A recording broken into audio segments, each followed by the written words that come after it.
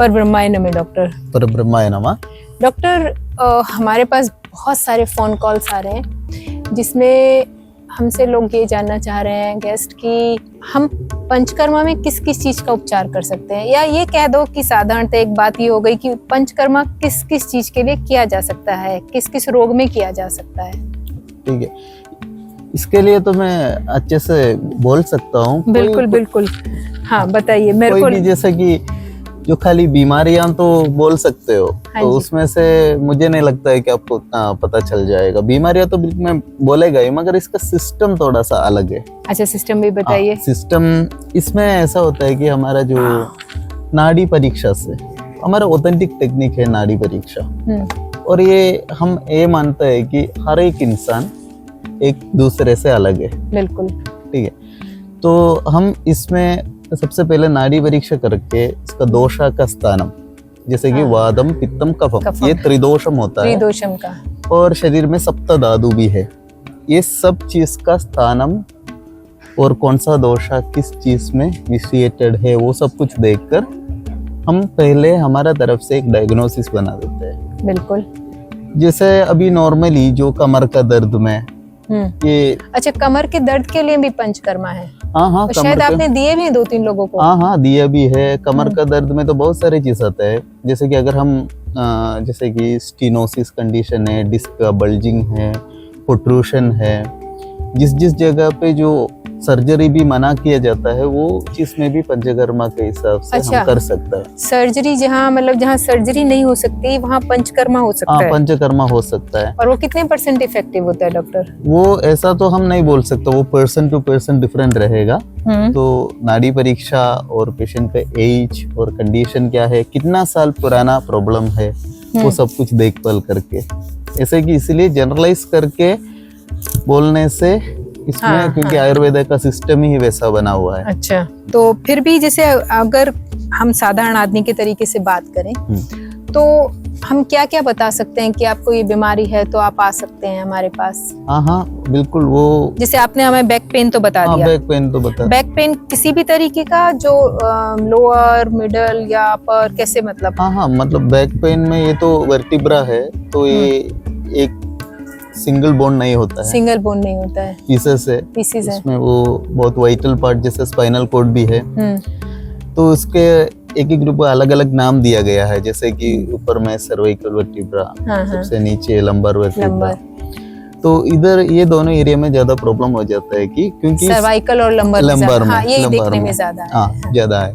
वो क्योंकि जैसे कि जो नर्वस सिस्टम, जो ब्लड वेसल जो स्पाइनल कॉर्ड में जो कनेक्ट होके दोनों हाथ में जो डिस्ट्रीब्यूट किया गया है, वो सर्वाइकल एरिया से है, और वैसे ही दोनों पैर में डिस्ट्रीब्यूट किया है, वो लंबर एरिया से है। और जैसे कि आजकल तो कॉमन ये बोलते हैं कि साइटिका। बहुत लोग आता है। साइटिका के 2-3 केस आए भी है ना अभी। वही, वो साइटिका में क्या है, लोग गलती से ये पता नहीं है कि वो पैर में दर्द है, तो ऐसा लगता है कि वो ऐसा सोच के आते हैं साइटिका कोई एक बीमारी है। तो साइटिका एक नर्व का नाम है। वो ओरिजिन होता है जो लोअर बैक से, वो कंप्रेशन होने से वो खींचता है, तो एक्चुअली इसका रूट तो लोअर बैक की है। ऐसा है। तो ऐसा बैक पेन कैसा हो गया, फिर हम सोरियासिस, स्किन डिसीज में वो तो, लेकिन उसको तो कहते हैं कि वो अनट्रीटेबल है। ऐसा नहीं, वो आयुर्वेदा में हमारा, मैं इसलिए सबसे पहले आपको बोला, जैसे कि हमारा ये थोड़ा सा सिस्टम ही अलग है, हमारा प्रिंसिपल ही अलग है। तो आयुर्वेद के हिसाब से ये सोरियासिस प्रॉब्लम जनरली हम बोलेगा तो इसमें थोड़ा सा ब्लड में अफेक्टेड होता है। अच्छा, ब्लड क्योंकि infection, blood infection. Blood infection नहीं है वो, एक्चुअली जैसे कि हम टॉक्सिन्स का वजह से, वो 1 दिन 2 दिन से नहीं है। जो हम जो खाना खाते हैं, स्पेशली जो जंक फूड्स और अनडाइजेस्टेबल और हेवी फूड्स और अल्कोहल वगैरह जो रेगुलर यूज होने से, वो एक्चुअली दीपन पाचन में थोड़ा सा तकलीफ हो जाता है, तो फिर वो टॉक्सिन्स में कन्वर्ट हो जाता है। फिर वो स्रोतस में, जैसे कि स्रोतस एक रास्ता है, जैसे कि अभी तो हम ब्लड वेसल्स कह सकते हैं, ब्लड वेसल्स, उसमें से वही टॉक्सिन्स ब्लड में मिक्स करते हैं, और ब्लड में मिक्स होकर, ब्लड तो क्या है एक जगह पे नहीं रुकता है, पूरी बॉडी में सर्कुलेट कर रहा है, और तो स्किन से बहुत नजदीक रहते हैं, तो उसका जो ब्लड के अंदर जो इम्प्यूरिटीज है वही इम्प्यूरिटी हमको स्किन में लगने लगता है। हाँ, मतलब वो ब्लड की कंडीशंस स्किन में दिखने लगती है। दिखने लगता है, मतलब कंडीशंस नहीं है, ब्लड की जो इम्प्यूरिटी है ब्लड में जो टॉक्सिन्स है वो एक्चुअली स्किन प्रॉब्लम क्रिएट कर देता है, स्पेशली इन ये सोरियासिस का कंडीशन में। हाँ, तो हम इसमें क्या करेगा कि मतलब एक्सटर्नल प्लस इंटरनल भी होता है। पंचकर्मा मेनली हम डिटॉक्सिफिकेशन वही प्रिंसिपल में चलता है, वही प्रिंसिपल, और एक्सपेल आउट जो टॉक्सिन्स हो और जो दोषास हो, हमको कोई भी चीज को अंदर रखना नहीं है, मतलब सप्रेस नहीं करना है, हमको सब कुछ चीज जैसे कि एक्सपेल आउट है। तो ऐसा कुछ है कि जैसे एक ही चीज के पेशेंट तो आया, कोई गेस्ट आया, मेरे को ये बीमारी है, अब वो बीमारी का तो वो सोच के आया है कि मेरे को वो बीमारी है, लेकिन उसके साथ उसको और 2-3 बीमारी है, 2-3 और रोगों से वो ग्रसित है, तो उसके बाद उसको जो पंचकर्मा देंगे तो वो उन सारे दोषों पे, उन सारी बीमारियों पे काम करेगा। वो ऐसा डायरेक्टली नहीं बोल सकता है, मगर चांसेस ज्यादा है मतलब इसमें मैं इसका सभी का आंसर सबसे लास्ट में वही नाड़ी परीक्षा के ऊपर आ जाता है, क्योंकि वो हम दोषा का स्थानम, प्रकोप का जो कंडीशन, एग्रीवेशन का कंडीशन, ये सब कुछ देखकर हम एक डायग्नोसिस कर देते हैं। तो इसका एक्चुअली क्या है, रूट कोज में एम करते हैं हम, ये सब साइंस एंड सिम्टम्स में नहीं है। तो बेसिकली क्या है, ये पूरी प्रॉब्लम शायद ऐसा कनेक्ट भी हो सकता है एक दूसरे से, तो अंदर से ये पूरा क्लियर होने की वजह से, मतलब जो अंदर का जो रूट कोज क्लियर होने की वजह से सभी प्रॉब्लम, मतलब सभी ये साइंस एंड सिम्टम्स वानिश भी हो सकते हैं। वैसे तो सही बात है, अगर रूट कॉज ही निकल गए तो बीमारी अपने आप ही खत्म हो जाएंगे, रोग अपने आप ही खत्म हो लेंगे। वैसे जैसे अभी आपने बोल दिया, मैं सोराइसिस भी बोल दिया, और उसके बाद आप इसके बाद और कौन सी ऐसी चीज फिर भी, क्योंकि हम तो लेमैन हैं, हमें तो आयुर्वेदा का इतना ज्ञान नहीं है, तो बैक पेन हो गया, सोराइसिस हो गया, और उसके बाद और किस चीज के लिए हम कह सकते हैं? डायबिटीज जैसा आजकल एक बहुत कॉमन चीज है।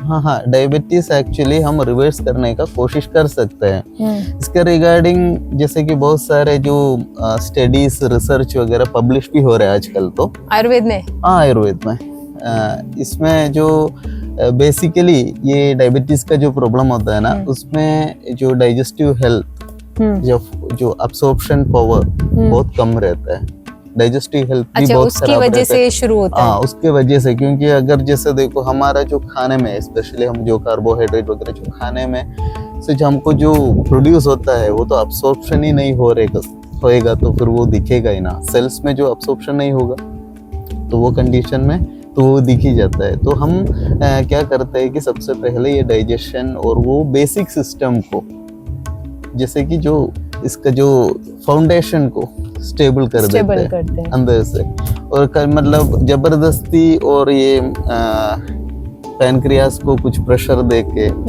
और मतलब ओवर डबल काम करवा के, इंसुलिन सेक्रेशन बढ़ा के, ऐसा काम नहीं करता है।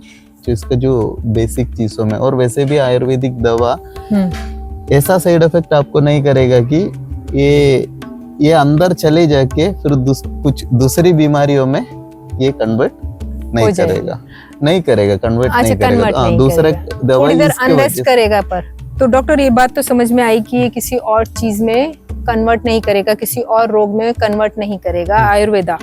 लेकिन जैसे कुछ अभी पीछे कुछ गेस्ट के साथ तो ऐसा हुआ है कि वो वापस आए हैं कि हमें रैशेज हो रहे हैं या हमें अनईजी हो रहा है, तो जैसा आपने उनको बताया कि भाई आपको ये नहीं खाना था, आपने खाया होगा, तो उन्होंने बोला कि हाँ थोड़ा सा खा लिया था, थोड़े से में क्या होता है।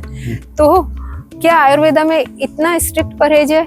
हाँ, आयुर्वेदा में तो बहुत स्ट्रिक्ट रहना ही पड़ेगा, क्योंकि इसीलिए मोस्ट प्रोबेबली हम तो पंचकर्मा में, जो भी पंचकर्मा हमारा होता है, तो पंचकर्मा तो हम इधर ही हमको इन हाउस ही करते हैं। तो इसमें जो पथ्यम अपत्यम, जो डूज एंड डोंट्स बहुत ही इम्पोर्टेंट है। जैसे कि हम, ये कोई छोटी खेल नहीं है, इसमें भी जो सभी लोग कहते हैं कि आयुर्वेदा में कोई साइड इफेक्ट नहीं है, वो पार्शियली करेक्ट है, फुल्ली नॉट। अच्छा, वही चीज है, क्योंकि जिसमें जो मना है खाने में, वो खाएगा तो वो कुछ रैशेस प्रोड्यूस करेंगे, कभी कभार एलर्जिक रिएक्शंस देंगे।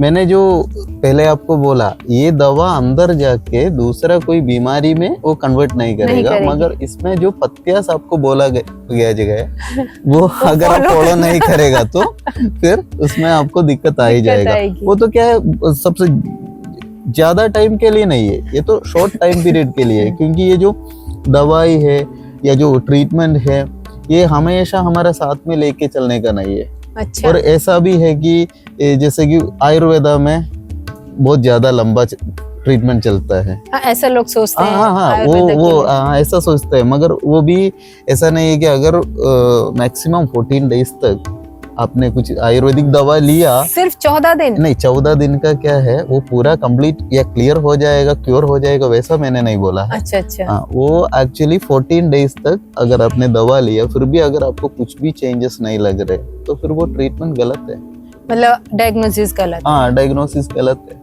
लाइन ऑफ एक्शन गलत है, उस गलत, तरीके क्योंकि से। इतना दिन तो काफी है, नहीं मैक्सिमम हम और एक 7 दिन बढ़ा सकते हैं, 21 डेज तक। अगर 21 डेज कोई भी एक बीमारी के लिए अपने दवा लिया या पंचकर्मा किया फिर भी अगर आपको कुछ फर्क नहीं दिख रहे तो मतलब लाइन ऑफ ट्रीटमेंट गलत है। ये तो क्या है, ये एक सोच एक्चुअली लोगों का मन में बैठ गया है कि भाई ये इस तरह से होता है, धीरे है, तो वो एक्चुअली वो सही नहीं है। अगर ट्रीटमेंट करेक्ट है, डायग्नोसिस करेक्ट है और परफेक्ट ट्रीटमेंट मिल रहे तो ज्यादा दिन का जरूरत नहीं है हम जो चेंजेस दिखने में, मतलब उसके इफेक्ट दिखने लगेंगे, दिखने लगने। जैसे कि अभी फॉर एन एग्जांपल अभी हम जो घुटने का दर्द है, अच्छा, घुटने के दर्द भी आ जाते हैं इसमें सब। अरे वाह। तो जो आजकल ये आ रहा है कि जो घुटने बदल दो, नी रिप्लेसमेंट, वो एक्चुअली कंडीशन के ऊपर डिपेंड है। अगर एक बार जो एक्चुअली ये जो जॉइंट जो होता है इसके अंदर एक फ्लूइड रहता है, साइनोवियल फ्लूइड, हाँ। वो फ्लूइड अगर कम होके अगर साइड में निकल गए, हाँ। तो फिर ये दोनों बोन कांटेक्ट में आ जाएगा, हाँ। फिर घिसना रब होके घिसना चालू करे, फिर वो घिस के वो जैसा चले जाता है और एक लिमिट के ऊपर चले गए तो फिर हम उसमें कुछ नहीं कर पाओगे। अच्छा, हम भी नहीं कर सकते, मतलब उसमें 50% भी आराम नहीं दे सकते। नहीं, आराम तो दे सकते हैं। अच्छा। और वर्स्ट कंडीशन में जाने से हम रोक सकते हैं। वर्स्ट कंडीशन, हाँ, मतलब एक तरीके से कह सकते हैं कि अगर हिम्मत रखें, हाँ। तो नी रिप्लेसमेंट को हम रोक सकते हैं मैक्सिमम, मगर वो कंडीशन के ऊपर डिपेंड है। और कितने क्या लेवल पे है और कैसा है क्या, मतलब अगर देखो स्ट्रक्चरल चेंजेस अगर एक बार हुआ तो पंचकर्मा मोस्ट प्रोबेबली उसमें काम तो कर ही देता है, ये स्ट्रक्चरल चेंजेस में स्पेशली। मगर ये ट्रीटमेंट है उसमें भी कई लिमिटेशन तो हो ही जाता है। हम तो ऐसा नहीं कि कुछ गलत प्रोमिस नहीं देने का, अगर कुछ भी खराब कंडीशन में ये हो जाएगा ऐसा कुछ नहीं। अगर बिगिनिंग स्टेज में है या बहुत ज्यादा वो कंडीशंस खराब नहीं हुए तो कर सकते हैं। बहुत सुंदर। ऐसा मोस्ट प्रोबेबली तो सबको ऑलमोस्ट हो ही जाता हो, मगर मैंने तो कुछ आगे मतलब जैसे कि और एडवांस में बोला आपको, जैसे कि अभी कई ये क्या है, कल ऐसा तो नहीं लगना चाहिए कि कुछ भी प्रॉब्लम हो तो झूठा कोई हम लोग वादा नहीं कर सकते, झूठी कोई बात। मगर ये हम जब बोल सकते हैं कि जैसे कि एक बार नाड़ी परीक्षण जब होता है ना, तभी ये चीज अगर नहीं हो सकता है तो हम उसी टाइम पर बोल देंगे। पीछे भी आपने कभी केस आए थे, उनको ना बोल दिया, लेकिन फिर वो 7 दिन के ट्रीटमेंट के बाद वापस भी आए ना, वापस भी आए, उनको अच्छा लग रहा है अभी। वो तो ऑटो इम्यून कंडीशन आप बता रहे थे। हम तो ऐसा कोई ऑटो इम्यून में मानते नहीं, मतलब आयुर्वेद में तो ऐसा कोई ऑटो इम्यून कंडीशन है ही नहीं। अच्छा, बस इसमें वही फिर से भी यही पॉइंट आएगा नाड़ी परीक्षा में, तो दोषा के हिसाब से। तो फिर भी हमारे पास अब जैसे ब्लड प्रेशर भी आ गया, वो इसी में क्योर हो जाएगा। अब ब्लड प्रेशर का भी वो कंडीशन पे डिपेंड है। ये ब्लड प्रेशर का भी कुछ रीजंस होता है, कुछ रीजन की वजह से ब्लड प्रेशर ऐसा नहीं कि जनरलाइज नहीं कर सकते हैं हम। कुछ हार्ट का प्रॉब्लम के हिसाब से ब्लड प्रेशर आ जाता है। जैसे हार्ट की प्रॉब्लम आपने बोली, तो हार्ट पे हम आयुर्वेदा में हार्ट के ऊपर काम किया जा सकता है। है आयुर्वेदा में 8 के ऊपर भी काम कर, मतलब जैसे कि ट्रीटमेंट से आजकल जैसे अभी खुद दिनेश जी को भी कुछ साल पहले स्टंट डला है, तो अगर मतलब कुछ साल पहले आपके पास आते तो स्टंट डलाने की जरूरत नहीं पड़ती। नहीं, हम प्रोटेक्ट कर सकते हैं आगे से, प्रोटेक्ट करके ये सिस्टम को, शरीर को स्वस्थ, जैसे कि आयुर्वेदा में सबसे पहले ऐसा है स्वस्थस्य स्वास्थ्य रक्षणम बोलते हैं। जैसे कि जो बीमार है उन्हें वापस नॉर्मल हेल्थ में लेके आना, और जिनका जो हेल्थी है वो उन्हें बीमार में जाने से हम रोक लेना, उन्हें और ज्यादा स्वस्थ रखना, वो भी इसमें। तो ये 2 एस्पेक्ट से किया जाता है पंचकर्मा। अच्छा। और देखो हमारा इधर का पंचकर्मा बहुत ही स्ट्रिक्ट होता है। वो तो आपने तो खैर लोगों को घबरा दिया है। नहीं, छाते रखे हुए हैं यहाँ, अब बिना छाते के उन लोगों को चलने नहीं देते।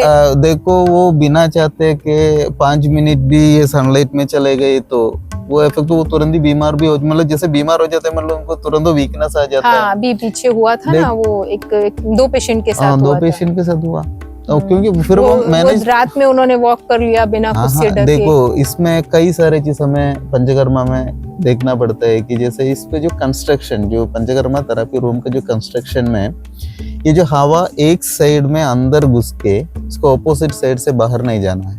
अच्छा, वो भी देखना पड़ता है। अभी जैसे ये पंचकर्मा में जब हो तो हम बॉडी को एकदम ये कर रहे हैं, मतलब रिफ्रेश कर रहे हैं और बॉडी को स्वस्थ बना रहे हैं, सेंसिटिव हो जाता है बॉडी। तो बॉडी में एक हल्का भी चीज भी ट्रिगर बहुत ज्यादा कर सकता है। तो इसीलिए आप उनके रूम तक दौड़ते रहते हैं। वो तो हमारे ड्यूटी में आ जाते, क्योंकि अगर जैसे कि वो हमारा रिस्पॉन्सिबिलिटी होता है। हाँ। ठीक है, वो हमारा रिस्पॉन्सिबिलिटी होता है।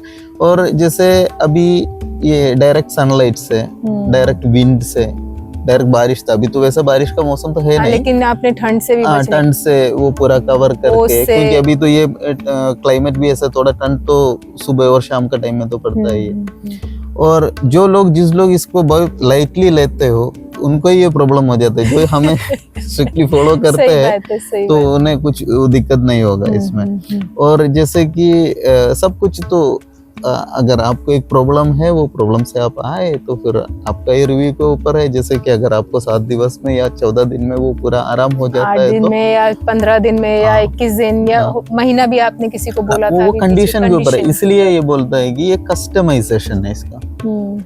जैसे अभी आपको कुछ प्रॉब्लम है, फिर आपकी जैसे दूसरे किसी को प्रॉब्लम है, आप दोनों का लाइन ऑफ ट्रीटमेंट भी अलग हो सकता है। अच्छा। टाइम ड्यूरेशन भी अलग हो सकता है, क्योंकि उसमें कई सारे चीजें इफेक्टेड होते हैं। ये कभी पंचकर्मा हम जनरलाइज नहीं कर सकता। तो डॉक्टर, जैसे अभी मेरे पास कुछ लोग ऐसे भी आए थे कि जो कहते रहे कि जी वहाँ तो हमने पंचकर्मा 2 दिन में लिया, वहाँ पंचकर्मा 3 दिन में लिया, तो ऐसा भी कुछ होता है क्या? 3 दिन में पंचकर्मा, 1 दिन में पंचकर्मा, 2 दिन में पंचकर्मा?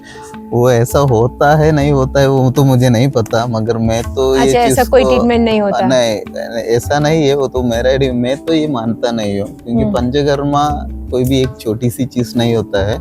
कोई भी कभी भी आओ, कुछ भी करो, वापस चले जाओ, ऐसा तो नहीं है। पंचकर्मा जैसे कि हम वमनम विरेचनम नस्यम रक्तमोषणम बस्ती, ये तो पंचकर्मा कह जाता है। बाकी जैसे कि बहुत सारे हैं, वो शिरोधारा है, चूर्ण पिंड स्वेदम है, पत्र पिंड स्वेदम है, शिरोवस्ती है, तो ये सब चीजें उपकर्मा में भी आता है। और पंचकर्मा 3 भाग में डिवाइड किया गया है। 3 भागों में? हाँ, पूर्वकर्मा, प्रधान कर्मा, पश्चात कर्मा। तो पूर्वकर्मा मीन्स प्री प्रोसीजर, प्रधान कर्मा मीन्स मेन प्रोसीजर, और पश्चात कर्मा मीन्स पोस्ट प्रोसीजर। तो ये पूर्वकर्मा में जैसे कि हम बॉडी को सबसे पहले प्रिपेयर करना पड़ता है। ये पूर्व कर्मा के बिना हम प्रधान कर्मा में नहीं जा सकते। अच्छा, उसके बिना जा ही नहीं सकते, बॉडी लेगी नहीं। तो ये कम से कम तो हमें थोड़ा बहुत दिन तो मिलना ही चाहिए। तो नहीं है तो ये पूर्व कर्मा हम कैसे करेंगे, प्रधान कर्मा उसके ऊपर कैसे करेंगे? मैं ऑथेंटिक आयुर्वेदिक के बारे में, ऑथेंटिक पंचकर्मा के बारे में बात कर रहा हूँ, बाकी तो मुझे नहीं पता। तो मैं मिनिमम 7 डेज, सबसे मिनिमम 7 to 8 डेज चाहिए। अगर एकदम छोटी सी प्रॉब्लम है तो भी हमें कुछ ना कुछ तो करने के लिए। बड़ा इंटरेस्टिंग चीज है।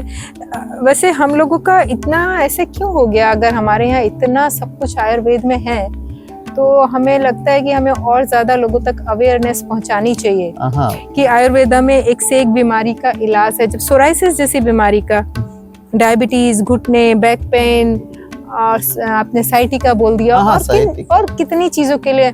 अभी आपने पीछे किसी को एक नेत्र तर्पण भी दिया ना? हाँ। उसमें नेत्र तर्पण में डॉक्टर क्या होता है ये? नेत्र तर्पण हम जैसे 2 एस्पेक्ट से हम कर सकते हैं।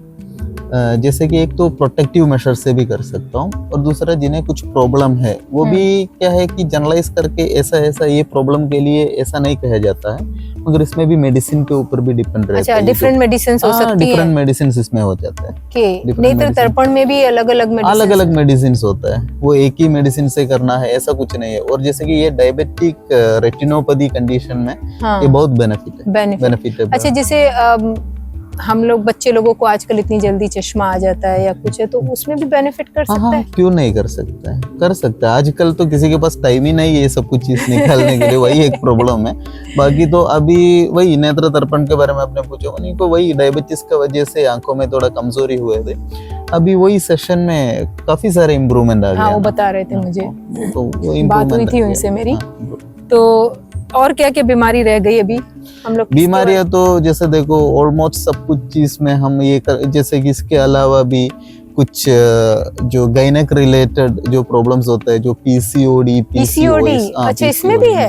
हाँ, सभी चीज में इसमें पंचकर्मा भी हम इस्तेमाल कर सकते हो, और आयुर्वेदिक दवा के हिसाब से भी कर सकते हैं। इसके अलावा जैसे कि आईबीएस कंडीशन, आजकल तो बहुत कॉमन है ये आईबीएस कंडीशन। अच्छा, जो इरिटेबल बाउल सिंड्रोम कहा जाता है, वो कंडीशन में, और कई ये आईबीडी जैसे कि क्रोन्स डिसीज वगैरह, जो वो कंडीशन में भी जो बिगिनिंग स्टेजेस में काफी हम इस्तेमाल ये कर सकते हैं। फिर तो वैसा कि पंचकर्मा का अलावा जैसे कि ये जो पाइल्स का कंडीशन वगैरह होता है ना, कॉन्स्टिपेशन पाइल्स, उसमें भी ये मतलब हमको वैसा देखा तो बहुत सारे हैं, मगर तो कोई हम नाम ही नहीं ले सकते, कोई एक खास बीमारी का नाम नहीं ले सकते, कुल मिला के तो ये बात हो गई। हाँ, नहीं अभी देखो ऐसा नाम एक नाम आप पूछते जाएगा या मैं बोलते जाएगा तो ये आज कंप्लीट नहीं होगा। तो हमारा तो लंबा कन्वर्सेशन चलता ही रहेगा। ये सब चीज में क्या है, पर्सन टू पर्सन डिफरेंट है, डिसीज का स्टेज, पर्सन का एज, और ये मतलब, और इसमें दूसरा ये भी होता है कि जो लोग ये लाइटली ले रहे या सिंसियर ले रहे। अगर हम आपको पंचकर्मा लेना है तो फिर आप बाकी सब कुछ भूल जाओ, सिर्फ पंचकर्मा ही ध्यान दे दो, क्योंकि ये बॉडी को एकदम मतलब रिफ्रेश करके, जैसे कि एकदम प्यूरिफाई करके, पूरा टॉक्सिन्स और ये दोषा सबको सही करके रिस्टार्ट करके एक नया चीज आपके सामने जैसे नया एकदम नया करके बॉडी को रख देते हैं। और इसमें हमने अभी पूर्वकर्मा और प्रधान कर्मा के बारे में बोला, मगर एक चीज रह गया कि पश्चात कर्मा नहीं बोला। ये पश्चात कर्मा जैसे कि ये थेरेपी हो जाने के बाद में पेशेंट को ये पंचकर्मा हो जाने के बाद में हम एडवाइस करते हैं, मिनिमम तो 7 डेज है, मगर आइडियल तो 14 डेज से ऊपर उन्हें ऐसा बहुत स्ट्रिक्ट में अपना घर पे फॉलो करना है, जो भी रेस्ट्रिक्शंस हो खाने का, और जैसे अगर कुछ डिस्चार्ज मेडिसिन हो, ये पूरा अच्छे से फॉलो करेगा ना तो फ्रूटफुल इफेक्ट ही आएगा।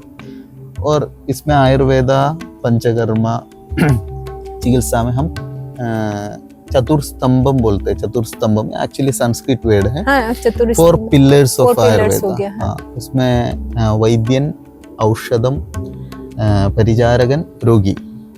वैद्यन मतलब डॉक्टर हो गया, डॉक्टर का करेक्ट डायग्नोसिस और मतलब जो भी हो वो समझ लेना, बीमारी क्या है वो समझना है, और वो हिसाब से इसमें जो ट्रीटमेंट पंचकर्मा का है तो पंचकर्मा का, या औषधि है तो औषधि प्रिस्क्राइब करना।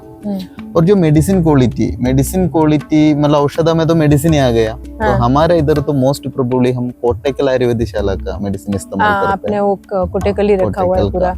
तो पंचकर्मा के लिए भी वही है और इंटरनल मेडिसिन में भी, मतलब सारे का सारा नहीं है मगर majority 90% of our medicine we are using वही लिया है। कोटैकल और वैद्य रत्नम भी है और अलग और कुछ और लोग भी हैं, कुछ और दवाइयां भी हैं। तो वो और बहुत सारी तो आप घर यहाँ भी बना रहे हैं। हाँ, खुद भी हम तो वो हमको कभी ये पंचकर्मा के लिए बहुत सारे दवाई हमको खुद को बनाना पड़ता है।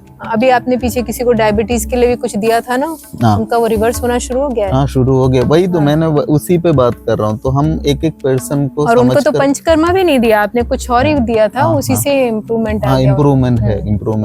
ये पंचकर्मा क्या है, पंचकर्मा आजकल बहुत फास्ट रिलीफ देता है और जो जिधर स्ट्रक्चरल चेंजेस में दवा काम नहीं करेगा वो कंडीशन में पंचकर्मा बहुत अच्छे से काम कर देते। तो हम सभी को पंचकर्मा एडवाइस नहीं करता है। तो अगर सभी को पंचकर्मा एडवाइस करने का जरूरत ही नहीं, जिधर जरूरत है उधर। अच्छा, एक चीज अभी कुल मिला के डॉक्टर मुझे एक बात समझ में आई कि इन सारी बातों से कि मेन कारण तो पेट है। हाँ, मतलब एज पर आयुर्वेद 80% ऑफ बीमारियां हम लोगों का आजकल खान पान भी बदल गया। हम लोग ऐसे ले लेते हैं लाइटली, एक पीसी तो खाया है, थोड़ा सा वही तो मैंने कई बार सुन चुका है। तो थोड़ा सा ही तो खाया है, आज ही तो खाया है। तो एक चीज समझ में आ गई कि पेट ही बहुत बड़ा कारण है। और दूसरा एक चीज अब मेरे दिमाग में एक सवाल आ रहा है कि जैसे हम लोग भी कभी कभी तो गड़बड़ कर ही देते हैं, चाहे हम कितने भी स्ट्रिक्ट है। तो क्या हमें वैसे भी प्रिकॉशनली कभी कभी मतलब साल में एक बार करा लेना चाहिए या पंचकर्मा? हाँ, वही मैंने बोला। जैसे कि मैं पहले आपको यही पॉइंट पे आ रहा था मैं एक्चुअली।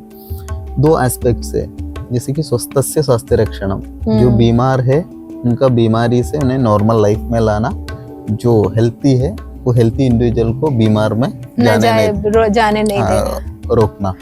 तो ये एक्चुअली ये पंचकर्मा आपका ये सेंस ऑर्गन्स का मतलब फंक्शनिंग में बहुत एनहेंस करेंगे, मतलब सेंस ऑर्गन का एकदम शार्प बनाएंगे। अच्छा। और एजिंग से आपको डिले करेंगे, मतलब इंद्रियों को बहुत शार्प कर देंगे फंक्शन वाइज। और स्किन हेल्थी, हमेशा स्किन आपका हेल्थी रहेगा, इम्प्रूव कर देंगे। एजिंग से रोक देगा। अच्छा, एजिंग भी रोक देगा। तो फिर तो हम एंटी एजिंग पे जाते ही क्यों है? मतलब यही इसमें हमारे पास ऑप्शन तो है, मगर ये थोड़ा सा स्ट्रिक्ट रहता है ये पंचकर्मा का प्रोसीजर्स। अगर ऑथेंटिक है तो स्ट्रिक्ट ही रहता है, तो शायद वो, नहीं तो अवेयरनेस का कमी होगा। जो भी हो, अवेयरनेस तो है नहीं। हम ही लोग भी सीधा, हर कोई सीधा एकदम इंस्टेंट रिलीफ चाहता है। इसी में भी रिलीफ तो इंस्टेंट ही है, मगर वो थोड़ा प्रिकॉशंस है। वही हो गया कि जो हमें आजकल बताया जा रहा है, ये खाने से ये मिलेगा, ये खाने से ये मिलेगा, ये भी खाओ, वो भी खाओ, वो भी खाओ, तो उस सब की गड़बड़ भी हमारे साथ है शायद। नहीं, इसमें एक सिंपल सी क्वेश्चन है। सबसे पहले ये जो व्हाट्सएप यूनिवर्सिटी कहा जाता है कि उसको उधर की तो कौन है, ये किधर से आया, तो कुछ नहीं है।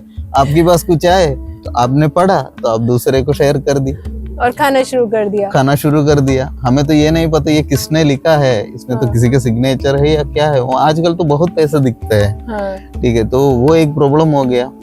और जैसे कि अगर बहुत ज्यादा हुआ तो अमृत भी हम पॉइजन माना जाता है। अमृत भी पॉइजन माना जाता है। और हमको हमेशा बैलेंस, कहीं विष भी औषधि का काम करता है। ये इसमें मतलब कस्टमाइजेशन बहुत इम्पोर्टेंट है। तो सबसे पहले आपका बॉडी के हिसाब से आपकी नाड़ी परीक्षा हो जाएगा, तो आपकी कंडीशन के ऊपर एक क्लियर कट मतलब पिक्चर हमें मिल जाएगा और हम आपको शेयर कर सकते हैं। मतलब ऐसा है, हम इस तरीके से प्लान कर सकते हैं। बहुत अच्छा, थैंक यू डॉक्टर, बहुत बहुत धन्यवाद। क्योंकि आज की चीजों से मुझे ये मालूम पड़ रहा है कि मैं बेकार में डायरी लेके बैठी हूँ। मैं बीमारियों के नाम लिखने चली थी, लेकिन कुल मिला के बात ये समझ में आई कि पंचकर्मा ऑलमोस्ट सबके लिए है, सबके लिए भी है। एक्चुअली इसमें से एक्सक्लूडेड लोग हैं, वो भी बोलना पड़ता है। कुछ लोगों पे काम नहीं करेगा, जहाँ बुरी कंडीशन पहुंच चुकी है। वो नहीं है, जनरलाइज करके हम बालक में छोटे बच्चे को पंचकर्मा नहीं दे सकते। किस एज तक दे सकते हैं? वो जनरली वो भी कंडीशन के ऊपर डिपेंड है, मगर जनरलाइज करके 12 साल तक तो हम नहीं देते हैं। मगर फिर भी कुछ कंडीशन है तो वो देख कर हम ये युक्तिस्तु योजना या तू युज्यते ऐसा बोलते हैं। तो हमारा जो माइंड लगाना पड़ता है डॉक्टर्स की, मतलब जैसे कि वैद्यन। और ओल्ड एज में भी बहुत ओल्ड एज में भी मना है, और प्रेग्नेंट लेडी। अच्छा, प्रेग्नेंट लेडी को तो प्रेग्नेंट लेडी में फुल तरीके से, कभी हम जैसा पाद अभ्यंगम, फुट मसाज, जैसा कि अभ्यंगम one type of Ayurvedic kind of massage, वो पाद अभ्यंग ऐसा शॉर्ट, और मतलब जैसे कि पूरा तरीके से पंचकर्मा में हम नहीं जा सकते। ऐसा मना किया वाला कंडीशन भी थोड़ा बहुत। तो मुझे लगता है आज हमने बहुत सारी चीज़ें जान ली, और ये समझ में आ गया कि हमें सब कुछ ऐसे ही जान के, एक दूसरे से सुन के, व्हाट्सएप यूनिवर्सिटी से या सोशल मीडिया से सीख के हमें कुछ नहीं खाना पहले अपनी नाड़ी परीक्षण करा। और एक सिंपल सी चीज, अगर वो आपके पास जो नॉलेज आता है उधर से, वो सही भी होगा, ठीक है, ये कॉम्बिनेशन भी सही है और एडवाइस भी सही है, ठीक है। और जैसे कि सिंपली कई लोग ऐसा बोला जाता है कि आप अश्वगंधा यूज करो, फिजिकल स्टैमिना और माइंड का भी हेल्थ के लिए अच्छा है, तो ठीक है, आपने शुरू कर दिया। इसमें प्रॉब्लम ऐसा है कि अगर आपको वो जो चीज़ आपने दवाई जो भी हो आप खा रहे, अगर आपका वो डाइजेशन कैपेसिटी नहीं है उसका जो इफेक्ट को अब्सॉर्ब करने का, तो इसलिए कंसल्टेशन बहुत ही इम्पोर्टेंट हो जाता है। जैसे कि और बॉडी दोष का स्थानम और ये कंडीशन के हिसाब से एक ही दवा आपको, मतलब जैसे कि सब में काम नहीं करेगा। अभी सिंपली जो आर्थराइटिस जो बोलते हैं, जो आर्थराइटिस है आयुर्वेद में वात के कारण और वात में ये वो 80 टाइप का है, 80 types as per Ayurveda. Thank you doctor, बहुत बहुत धन्यवाद डॉक्टर। क्या खूबसूरत चीज़ें आज हमने सीखी हैं। खूबसूरत के अलावा बहुत ज़रूरी चीज़ें, बहुत आवश्यक चीज़ें आज हमने सीख ली। और मेरा साधकों से निवेदन है, थोड़ा इस चर्चा को बहुत ध्यान से सुने, धैर्य से सुने, क्योंकि ये सभी के हित के लिए है। और कोई ज़रूरी नहीं है कि आप हमारे पास ही आएँ, लेकिन जहाँ भी जाएं ये ध्यान से जाएं कि ऑथेंटिक हो, सब कुछ ऑथेंटिक हो। वैसे शकुंताश्रम आपके स्वागत के लिए तैयार है। धन्यवाद।